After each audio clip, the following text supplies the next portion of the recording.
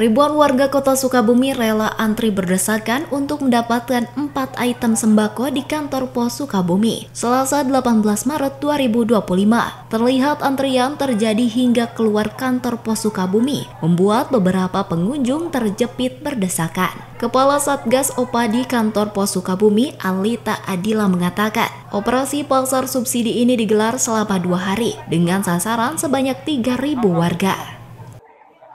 Kalau yang hari ini sampai tanggal 18 sampai tanggal 20 itu ada kegiatan namanya operasi pasar subsidi.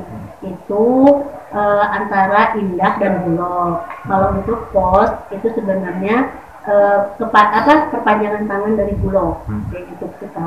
Jadi kita tuh sebenarnya hanya pembagian distribusinya.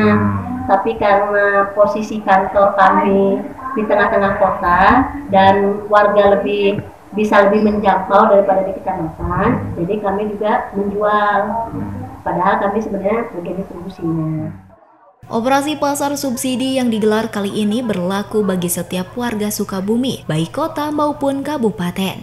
Dari kota Sukabumi, Muhammad Ujang Heriaman, Tim Liputan MGS TV melaporkan.